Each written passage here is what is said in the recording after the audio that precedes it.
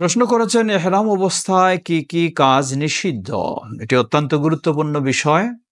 আপনি যখনই আন্তরিক নিয়তের মাধ্যমে এবং মৌখিক স্বীকৃতি দেওয়ার মাধ্যমে এহরামে প্রবেশ করলেন, চাই উমরার এহরাম হোক অথবা হজ্জের এহরাম হোক, এরপর থেকে আপনাকে মনে রাখতে হবে কিছু নিষিদ্ধ কাজ রয়েছে, সেগুলি থেকে আপনাকে বিরত থাকতে হবে। সেই নিষিদ্ধ কাজগুলি হলো নারী পুরুষ সকলের জন্য সুগন্ধি ব্যবহার করা। পুরুষদের জন্য রয়েছে সুযোগ, এহরাম বাঁধার পূর্বেই সে সুগন্ধি ব্যবহার করবে, এটি সুন্নাহ। আর মেয়েদের জন্য সব অবস্থায় নিষিদ্ধ। আর পুরুষদের জন্য এহরাম বাঁধা হয়ে গেলে, আন্তরিক নিয়ত করে ফেললে, স্বীকৃতি দিয়ে ফেললে আর সুগন্ধি চলবে না।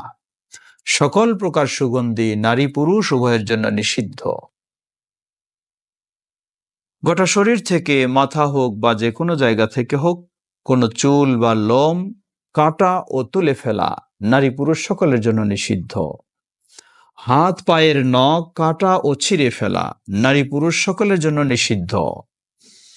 স্থল প্রাণী শিকার করা নারী পুরুষ সকলের জন্য নিষিদ্ধ। বিবাহের প্রস্তাব দেওয়া নারী পুরুষ সকলের জন্য নিষিদ্ধ।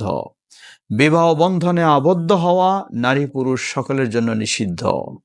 বিবাহ সেই যৌন মিলনপূর্বক অর্থাৎ সহবাসপূর্বক যে সমস্ত বিনোদন রয়েছে অথবা স্বামী স্ত্রীর মিলন, সম্পূর্ণই উভয় সকল কিছুই নিষিদ্ধ ইহরাম অবস্থায়। এই কাজগুলি নারী এবং পুরুষ উভয়ের জন্য নিষিদ্ধ। নারীদের জন্য বিশেষ নিষিদ্ধ হলো চেহারায় নেকাব পরিধান করা। যে কাপড়টি চেহারাকে ঢেকে রাখার জন্য চেহারায় বেঁধে নেওয়া হয়, এটিকে নেকাব বলা হয়। ইহরাম অবস্থায় তা নিষিদ্ধ। চেহারাটা খোলা থাকবে, তবে বাইরে যদি অন্য পুরুষ এসে যায়, উম্মুল মুমিনিন আয়েশা রাদিয়াল্লাহু আনহা যখন নবী সাল্লাল্লাহু আলাইহি ওয়াসাল্লামের সাথে হজ করছিলেন, তিনি বললেন যে হজ ইহরাম অবস্থায় আমরা চেহারা খুলে রেখেছিলাম।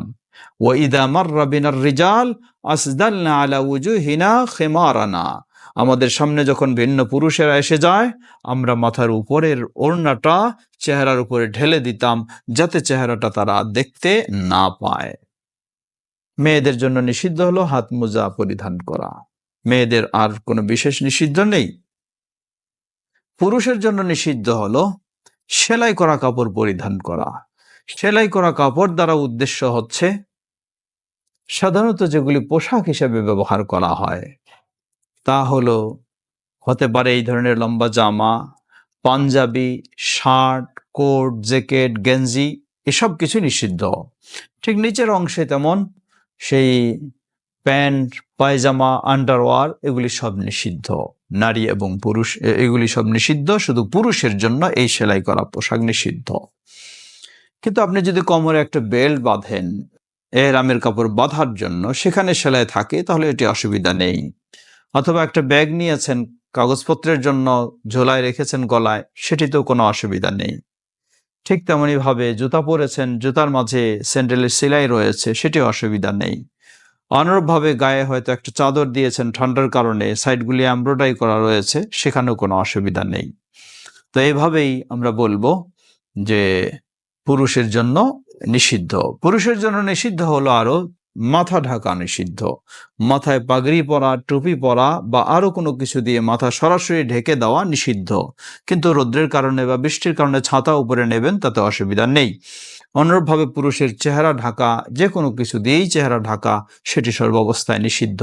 এ কাজগুলি ইহরাম অবস্থায় সকলের অথবা নারীর এবং পুরুষের ভিন্ন ভিন্ন যা রয়েছে সবগুলি নিষিদ্ধ। সবগুলি থেকে সাধ্যপক্ষে অবশ্যই বিরত থাকতে হবে। যদি বিরত কেউ থাকতে না পারে, তাহলে কাজ হিসাবে তার অপরাধ বা কাফারা গণ্য হবে। ওয়াল্লাহু তাআলা আ'লাম।